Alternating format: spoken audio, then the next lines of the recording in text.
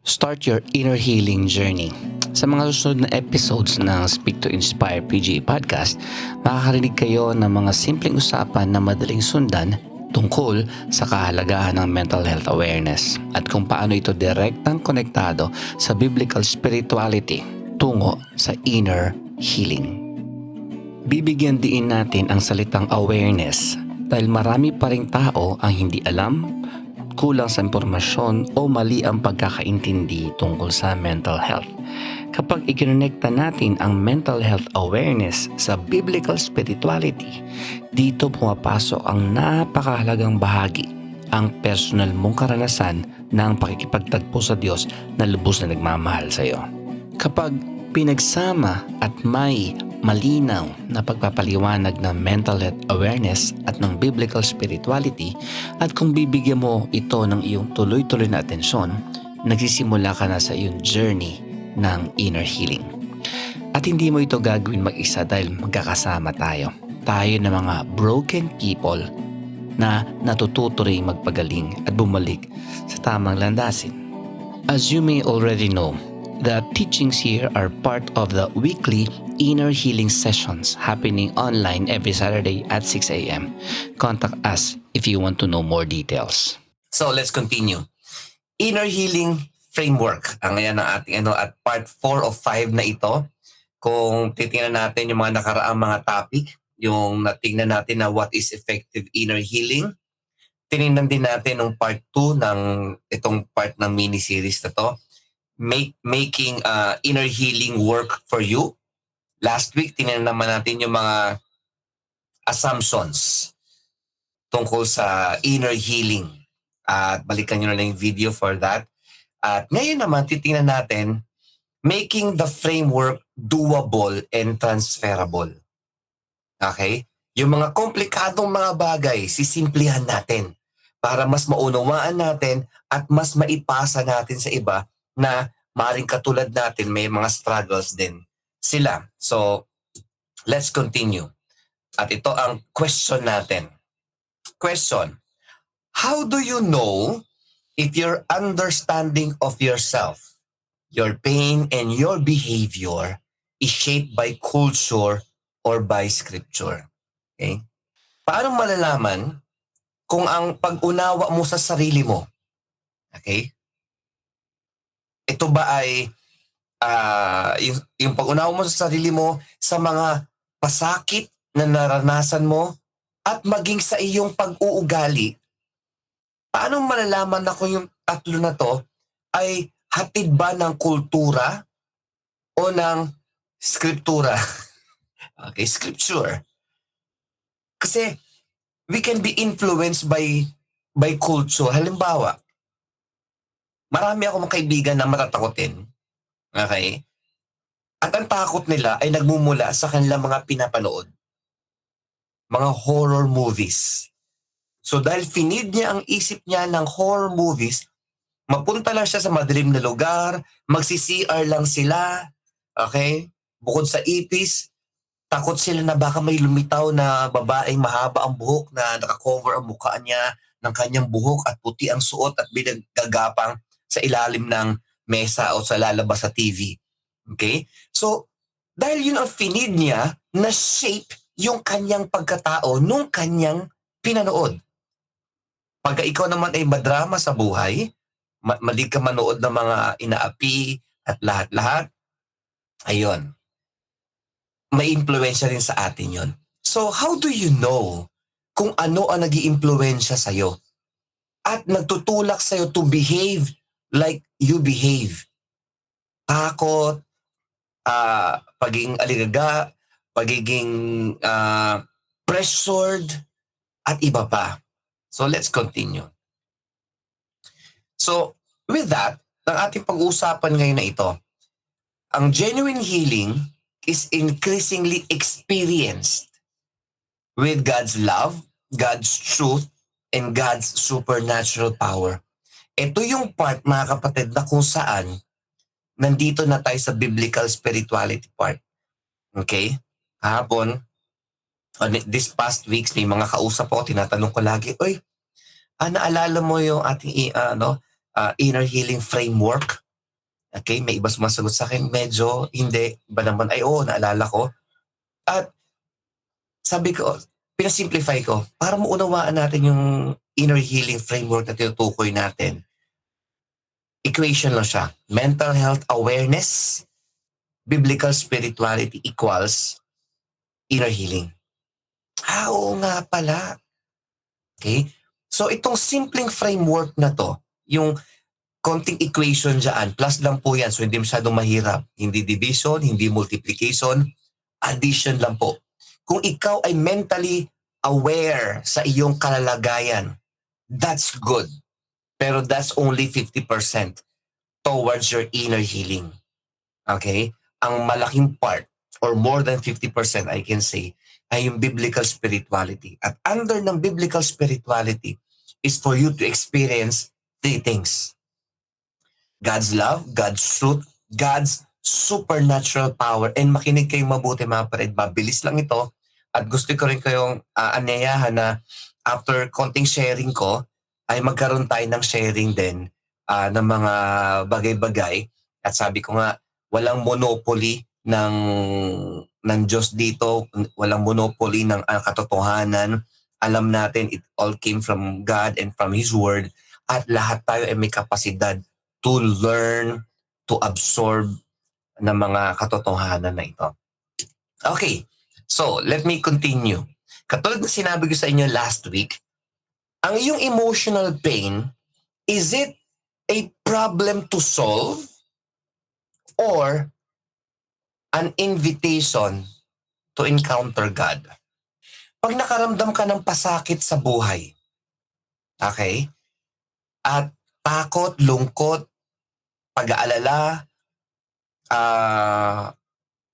at iba pang mga depression or something, anxiety, minsan naghanap agad tayo. Ang natural natin gawin ay, ano ang solusyon? And it's good.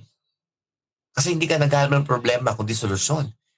Pero what if yung emotional pain mo is not a problem to solve, kundi an invitation to encounter God in three ways?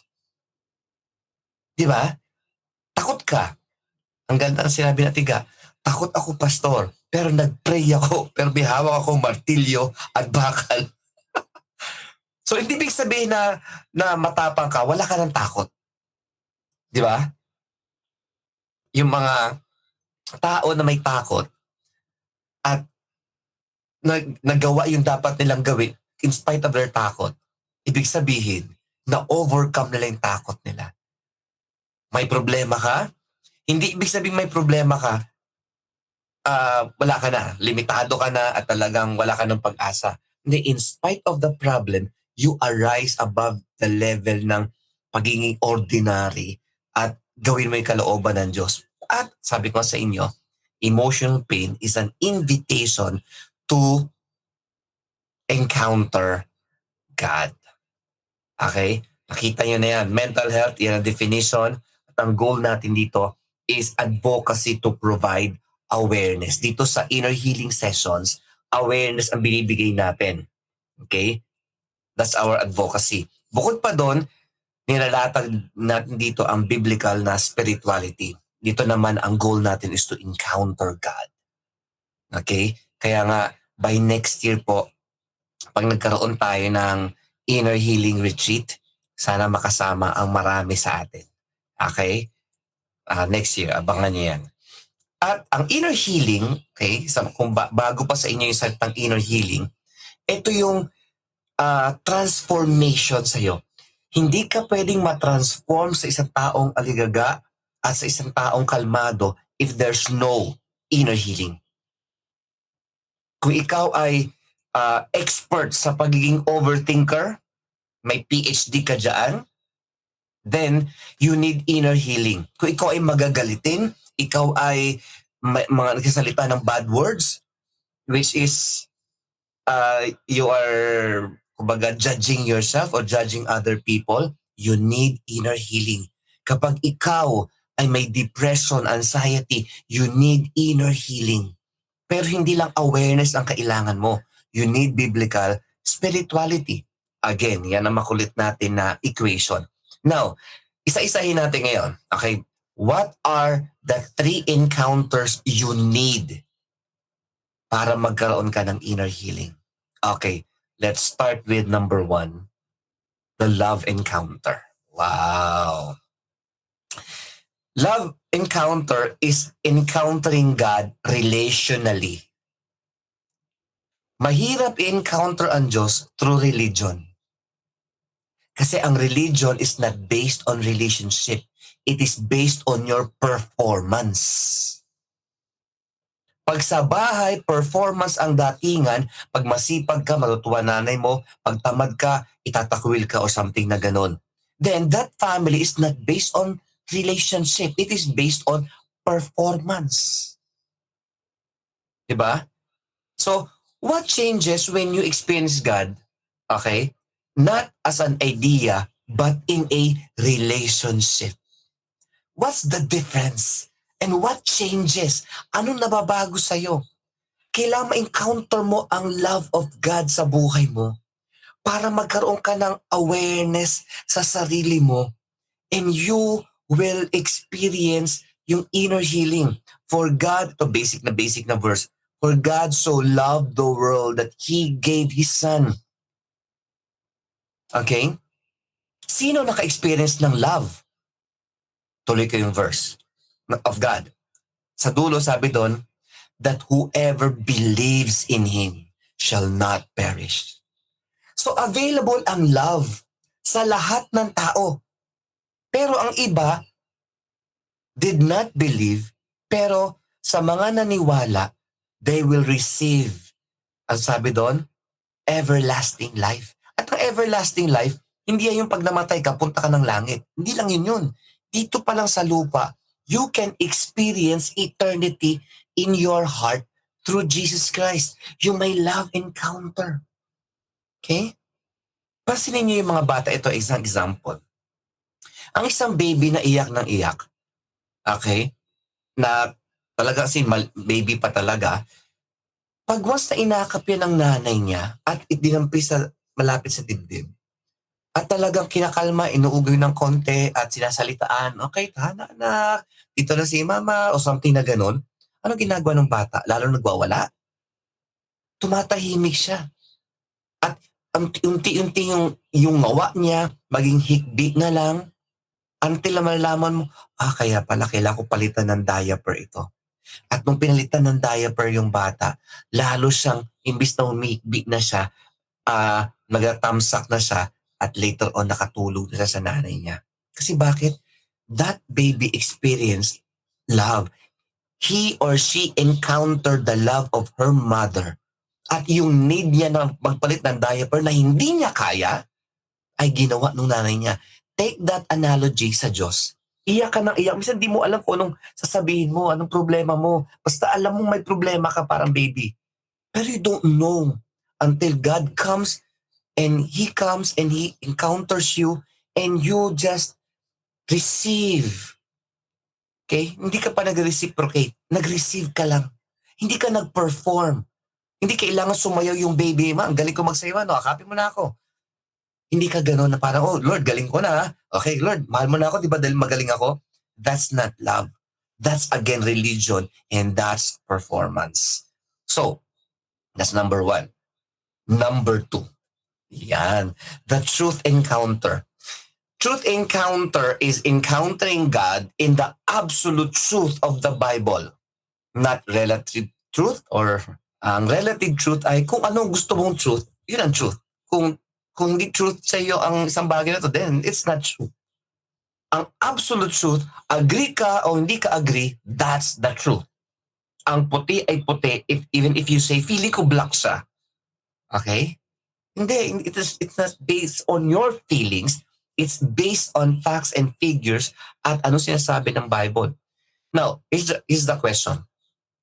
What happens when you let the Bible define? There you go. What happens when you let the Bible define what? Your identity. Hindi yung, ayoko ng Bible kasi kinakalaban niya yung gusto kong maging identity. Okay? 'Di ba? Marami na problema diyan. Identity crisis, okay, gender crisis, at at ako ba'y mahal ng parents ko? Anak ba talaga ako nila? Ba't nila ako tinaboy? Something na. Yung mga feelings na yon, dapat there must be the truth from God and the Bible para i-encounter ka. Kung isang book ang gusto nyo malaman tungkol dito, o i-recommend, si Anthony Pezzotta, mayroon siyang book na ang title ay The Truth Encounter. Doon ko una narinig yung salitang truth encounter, so hindi ko original yan. Okay, the truth encounter. Kailangan may Bible. Kailangan merong Word of God na magsasabi sa'yo na tama yan, yes, tuloy mo yan, and no, mali yan, huwag mo ituloy yan. Kailangan ma-shape ng Diyos ang thinking mo.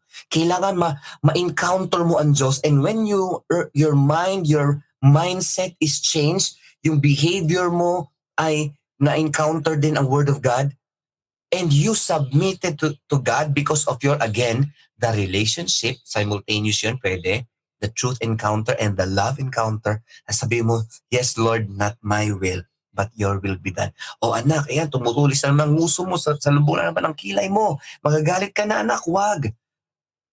And then you prayed, Lord, teach me to love these people, teach me to be loving. Lord, natakot ako, bigyan mo ko ng tapang. You see, dahil alam mo na ang Diyos ang source ng tapang mo at ng love, because it's the truth, you ask God and you encounter Him again. Truth and love. Okay? Now, ito ang medyo dramatic, yung pangatlo. Pero I still believe in this. There are people na maaring yung love and truth ay less sa kanila. Pero when they encounter God through supernatural encounter, lalo sila na-convince na, oo nga, ano? Okay? Supernatural encounter is encountering God in His power and miracles. That's still true. Supernatural healing. I've seen so many. Sa wife ko lang, sinabihan ako ng doktor, 2017, wife magiging lantang gulay. Okay? Ang kinalabasan, mahilig pa rin sa gulay ang misis ko, pero hindi naman lanta. Okay? Yun ang sabi ng doktor. Ano sabi ng Diyos? I encountered God and my wife encountered God supernaturally. Okay? And glory to God, I was used by God in so many miracles sa buhay ng mga maraming tao. Okay? And it's an honor na gamitin ng Diyos. Pero I tell those people, hindi ako ang mangkaypweng. Hindi ako ang source ng miracle. It's the Lord, not me. Okay? Same with us. Question. What miracle in your life reminds you that God is still at work today? Ikaw ba may personal miracle from the Lord? Okay? At masasabi mo na, totoo talaga ang Diyos, naranasan ko siya maski sa miracle. Okay? Meron ka ng love encounter, meron ka pang truth encounter, and then may supernatural encounter ka pa. Ano ka pa? Diba? Diba? Saan ka pupunta? Pambihira. Diba tatalikod ka pa ba sa Diyos? Magtatanong ka pa ba, Lord, mahal mo ba ako? Wait. Wrong question. It's not kung mahal ka pa ng Diyos. Ang tanong ay, do you believe? Do you invite God's presence? Ang emotional pain mo is not a problem to solve. It is an invitation for God na ma-encounter mo siya. May problema ka ngayon? Use that problem to encounter God. Lord, nandito na naman si Judith at si Jonah. Lord, miracle again. Di ba? Lord, masakit na naman ulo ko, masakit na naman ang bewang ko, pati tuhod ko. Gusto mo na sumayaw. Okay, let God heal you. Okay? Pero huwag tayong umasa ng miracle ng Panginoon. Ang ginagawa natin ay opposite. Okay? Kakain ka ng junk food at sabi mo, Lord, make this food healthy. Sabihin, Lord, anak, sandali, para may part ako, may part ka rin. Huwag mong ipag-pray na maging healthy ang junk food. Junk food nga eh. Okay? At sabihin ng Diyos, anak, be accountable din. Kaya kitang pagalingin, pero wag mo naman abusuhin. So, sa mga mahilig sa masyadong junk food dyan, at sa mga sugary at mga ano, okay, excuse me po, hello, God can heal you, pero you have a responsibility to be healthy. Okay? Now, with this in mind, ano ang meron sa tatlo na to? At pakinggan nyo mabuti mga kapatid, look at this. Tatlo ang similar sa tatlo na to. They are all relational. Okay? Lahat sila is based on relationship. Ibig sabihin, hindi yan based sa kung ano ang kaya mong gawin. It is based on the Lord. It is not based on your ability na mag-process ng mga bagay-bagay. Lahat sila ay relational. At ito pa, yung tatlo na yon, love encounter, truth encounter, and supernatural encounter, all of them are transactional. Hindi yan isisiksik ng Diyos sa'yo, kundi aantayin ng Diyos. As perfect gentleman as He is, God will wait sa'yo. Okay, sabi nga nung kaibigan ko, hiyang-hiya naman ako, si Lord pa ang nag-antay sa akin. Okay? Sa buhay natin, mahilig siyang mag-antay. He will wait for your decision for the transaction to be complete. Pag sinabing transactional, bibili ka ng si Jeans, kunyari, bibili si Jeans ng bagong iPhone Pro Max 512 gig. Okay, cash. Hindi siya pwedeng dumaan ng Apple Store and then biglang lang yag sa kanya. Okay, gusto mo, ayaw mo, ito sa'yo na, hindi, ayoko niyan. Hindi, there must be a transaction. Papasok si Jeans sa store, pipili ng item na gusto niya, papakita nung store na staff, and then, ma'am, gusto niyo ba talaga to? Yes, how much? Ma'am, 120,000 lang po. Okay, wala bang mas mahal pa dyan? And then, babayaran Jeans, and then, i-issue siya ng resibo, kasama ng phone, at sabihin niya, enjoy your phone po. And then, lalabas si Jeans. May natapos na transaction. Inner healing is a transaction. Kung wala kang time kay Lord, wala din siyang inner healing for you. You must transact. You must pay your time. You must go to Him and humble yourself. Dahil ang mangyayari, it will be transformational. Okay? When you believe and you move according to your faith, ang behavior mo, dati kang sinungaling. Ngayon ay medyo na lang. Okay? Dati kang mahusay mag-worry. It will change because God will give you the transformation that you need. Sabi nga ng ating tagline, discover the steps into transformation that heal from within. Ephesians 24 verse 3, who shall ascend the hill of the Lord and who shall stand in His holy place? He who has clean hands and a pure heart. Diyan ay mayroong relationship, may transaction, may transformation. Who does not lift up his soul to what is false and does not swear deceitfully. That's the transaction. What's the transformation? He will receive blessing from the Lord and righteousness from God, the God of his salvation. At nagbabasa ka pa ng Bible, nag-pray ka, and you spend time with the Lord, nag-worship ka. Those are transactions. And God will give you transformation because of the relationship. So in ending, start your inner healing journey. Okay? The 3 encounters can be experienced simultaneously or randomly. First come, first serve, not sequentially. The encounters constitute the biblical pathway to wholeness that mental health awareness standing alone cannot provide.